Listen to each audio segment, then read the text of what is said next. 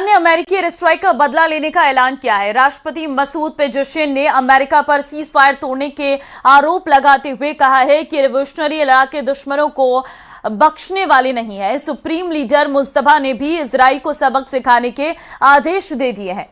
ये रिपोर्ट देखिए।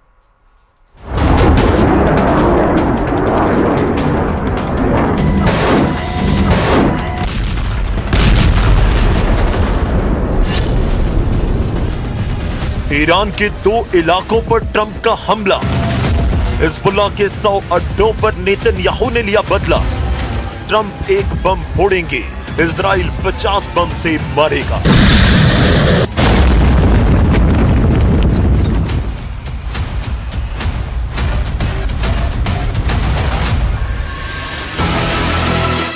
अमेरिका के एक हमले के साथ ही इजराइल ने मुख्यात रुख अख्तियार कर लिया है, जिससे खाड़ी देशों में बारूदी धमाकों की मात्रा में जबरदस्त इजाफा हो गया है। क्योंकि 47 दिनों तक गुस्से को पालकर बैठे ट्रंप ने आखिरकार उसे बारूदी धमाकों की शक्ल में निकाल ही दिया। ईरान पर हमला बहुत ही भयानक हुआ है। जंगी जेटों ने बम फोड़े हैं, रीपर ड्रोन ने मिसाइलों की बौछार की है। हेलफायर मिसाइलों ने ईरान के रेवोल्यूशनरी लड़ाकों को जलता कंकाल बना डाला है। अमेरिका ने सेल्फ डिफेंस स्ट्राइक्स के नाम पर ईरान के 2 इलाकों को कब्रिस्तान बना डाला।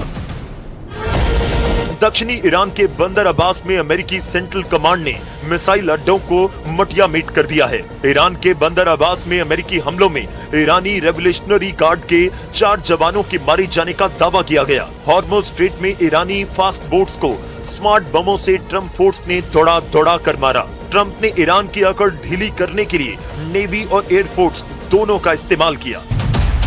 असल में ईरान ने ट्रंप को यूरेनियम देने से साफ इनकार कर दिया है, जिससे ट्रंप का दिमाग बहुत गर्म हो गया। Honorable men and women gave their lives to ensure that the world's #1 state sponsor of terror will never have a nuclear weapon. Oh, and they won't. They will never have a nuclear weapon. I'm sure you. Supreme leader Mustafa Khamenei ने अब America से युद्ध के मैदान में फैसला करने का ऐलान कर दिया। उन्होंने इजराइल और अमेरिका पर डायरेक्ट हमला बोला। मुस्तफा खामेनी ने इजराइल को कैंसर जैसी बीमारी बताया। साथ ही कहा कि 25 साल में इजराइल खत्म हो जाएगा। अपने लिखित बयान में मुस्तफा खामेनी ने अमेरिका को भी सीधी चेतावनी दी और कहा कि अब खाड़ी के देश अमेरिकी सैन्य ठिकानों की ढाल नहीं बनेंगे। मुस्तफा ने दावा किया कि वक्त बदल चुका है, अमेरिका अब सुपर पावर नहीं है।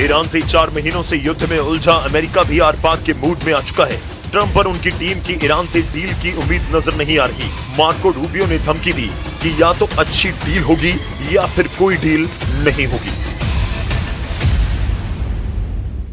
Well, look, I think our position is well stated. The president had a very important, I think, historic call just a couple days ago with a number of leaders from the region. I think there's strong alignment and agreement on what a preliminary draft should look like.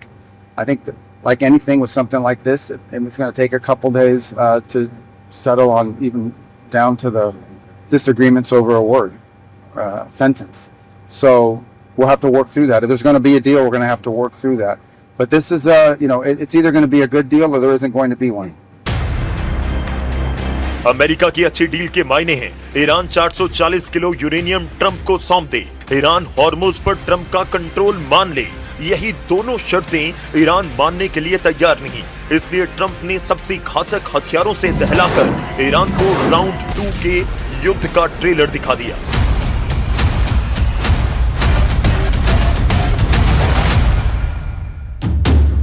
अमेरिकी सेना ने Iran पर AGM-114 Hellfire मिसाइलों से हमला किया। ये America की बेहद सटीक प्रिसीजन गाइडेड मिसाइल है। हेलफायर मिसाइल लेजर गाइडेड और रडार गाइडेड दोनों वर्जन की होती है, जिनकी रेंज करीब 7 से 11 किलोमीटर तक होती है। ये मैक 1.3 की रफ्तार से टारगेट को तबाह करती है। 45 से 50 किलोग्राम वजनी मिसाइल में हाई एक्सप्लोसिव वॉरहेड लगा होता है। इन मिसाइलों को MQ-9 reaper drones, Apache helicopter और नेवी के हेलीकॉप्टर से दागा जाता है। मिसाइलों ने हॉर्मुज़ स्ट्रेट में ईरानी फास्ट बोट के परखच्चे उड़ा दिए। वहीं ईरान की मिसाइल साइट को अमेरिका ने स्मार्ट बम से धुआं किया। हेलफायर मिसाइलों ने हॉर्मुज स्ट्रेट में ईरानी फास्ट बोट के परखच्चे उड़ा दिए हैं और वहीं ईरान की मिसाइल साइट को अमेरिका ने स्मार्ट बम से धुआं किया है।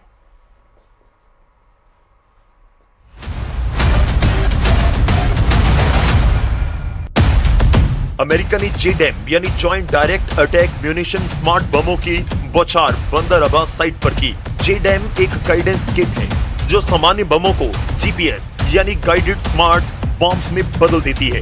ये तकनीक फाइटर एयरक्राफ्ट को बेहद सटीक हमले करने में मदद पहुंचाती है। जेडैम बमों की रेंज 15 से 28 किलोमीटर तक हो सकती है।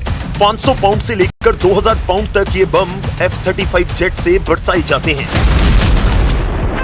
कंक्रीट और इस्पात के बंकरों को एक धमाके में धूल बना देने वाले बमों की बौछार कर ट्रंप ने युद्ध के अगले एपिसोड की झलक पर दिखाई। लेकिन ईरान के इरादे भी अब फुल एंड फाइनल के हैं। ईरान दूसरे दौर के युद्ध में सुपर पावर की पावर फ्यूज करने का प्लान बना चुका है। ईरान ने अमेरिका के जिन सैन्य अड्डों की हिटलिस्ट बनाई है उनके नाम भी जरा जान लीजिए। कतर में अमेरिकी सैन्य अड्डा अल उदैर, संयुक्त अरब अमीरात का अल दाफ्रा एयरबेस, सऊदी अरब का प्रिंस सुल्तान एयरबेस, जॉर्डन का मुफाक अल साल्टी एयरबेस, कुवैत का अली अल सलीम हवाई अड्डा और कैंप आरिफजान, इराक में एन अल असद एयरबेस और एरबिल एयरबेस, बहरीन में नेवल सपोर्ट एक्टिविटी बेस। 28 फरवरी को युद्ध भड़कने के बाद से ईरान ने इन सभी सैन्य अड्डों को रॉकेट धमाकों से दहलाया था, लेकिन तब ईरान का प्राइम टारगेट दुश्मन देश थे। हालांकि दूसरे राउंड में ईरान पूरा जोर इन अड्डों को तबाह करने में लगाने की धमकी दे रहा है। ईरान ने चेतावनी दी कि ट्रंप ने युद्ध की जिस आग को फिर से भड़काया है वो खाड़ी के कई देशों को अपनी जद में लेने जा रही है।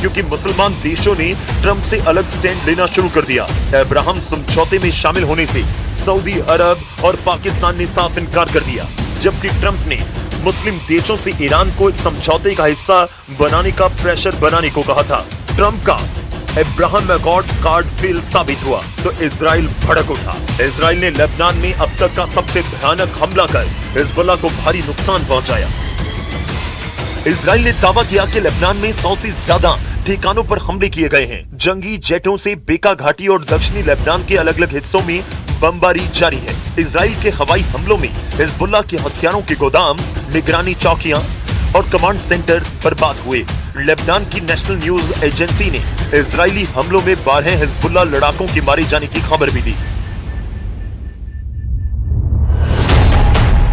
लेबनान का टायर शहर इस वक्त इजराइल की बमबारी से दहल रहा है। लेबनान के अल हौश इलाके में इजराइल के मिसाइल हमले के बाद आसमान में मलबा और धुएं का गुबार उठता दिखाई दिया। वहीं रशीदिया इलाके की एक बिल्डिंग को निशाना बनाया गया। लेबनान में इजरायली सैनिक चुन चुन कर हिजबुल्लाह के ठिकानों को ध्वस्त करते हुए नजर आ रहे हैं। अमेरिका के दबाव के बावजूद इजराइल लेबनान पर बड़े हमले कर रहा है और इन हमलों के लिए इजराइल में लगातार पीएम नेतन्याहू और रक्षा मंत्री के बीच बैठकें हो रही हैं। नेतन्याहू ने ऑर्डर दिए कि बैरूत पर दोबारा से हमला शुरू कर हिजबुल्लाह मुख्यालय को तबाह किया जाए। वहीं इजराइल पर पलटवार करते हुए फाइटर ग्रुप ने ड्रोन हमले तेज कर दिए।